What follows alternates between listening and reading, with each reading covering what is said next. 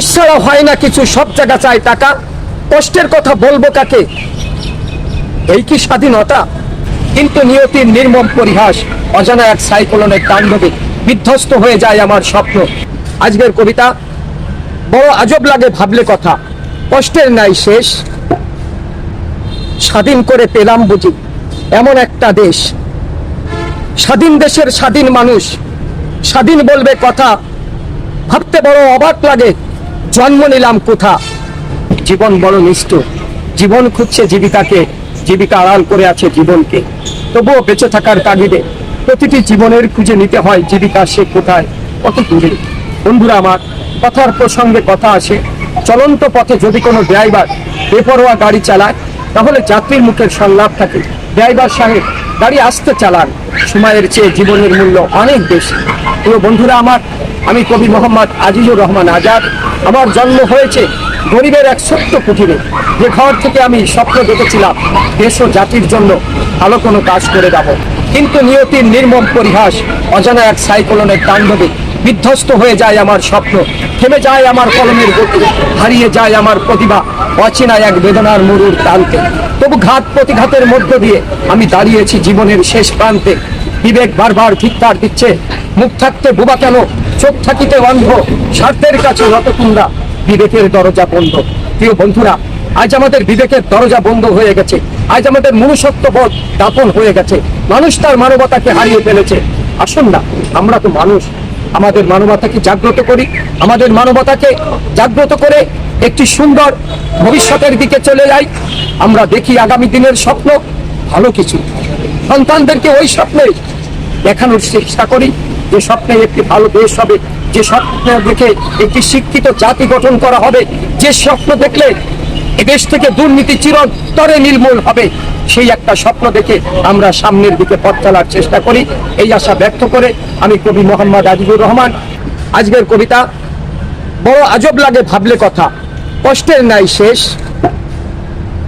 স্বাধীন করে পেলাম বুঝি এমন একটা দেশ।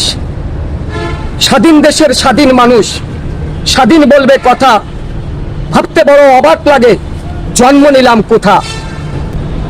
অন্যায় আর অবিচারে ছেয়ে গেছে দেশ, এর কি কোনো সমাধান নাই? এই কি স্বাধীন দেশ? শহীদ পরিবার কেমন আছে নেও না একটু খোঁজ, মুক্তিযোদ্ধারা সবাই খুশি দেখছি আমরা রোজ। তোমাদের বন্ধু সেলুট জানাই, মুক্তিযোদ্ধা যারা, তোমাদেরই আগ্রাসনে দেশ ছেড়েছে পাক বাহিনী তারা। তোমরা তো ভাই ভালোই আছো, দিচ্ছে সরকার ভাতা, মনে করে দেখো না একটু শহীদ পরিবারের কথা। এমন কত পরিবার আছে কষ্টে যাচ্ছে দিন, আমরা কিন্তু 18 কোটি মানুষ তাদের কাছে ঋণ।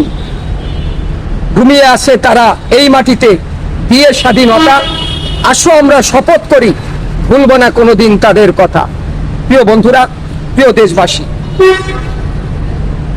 কি আর বলবো, মুক্তিযোদ্ধারা অনেক খুশি, সরকার ভাতা দিয়েছে আলহামদুলিল্লাহ, আমরা চাই দেন, আরো অনেক দেন।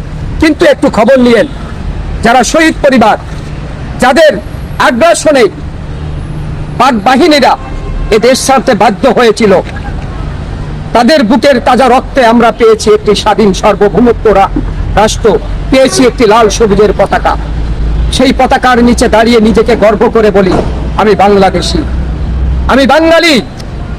কিন্তু সেই সব শহীদ যারা তাদের জীবনের শেষ রক্তবিন্দু দিয়ে আমাদের স্বাধীনতা দিয়ে গেছে, আমরা যেন তাদেরকে ভুলে না যাই, তাদের পরিবারের পাশে একটু থাকার চেষ্টা করি।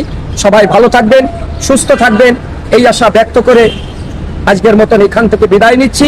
যাবার আগে আমার নাম্বারটা নিয়ে নিন, যদি ভালো লাগে আমার বই এখন বাংলাদেশের সারা জায়গাতে আমি অনলাইনে বই সাপ্লাই দিচ্ছি।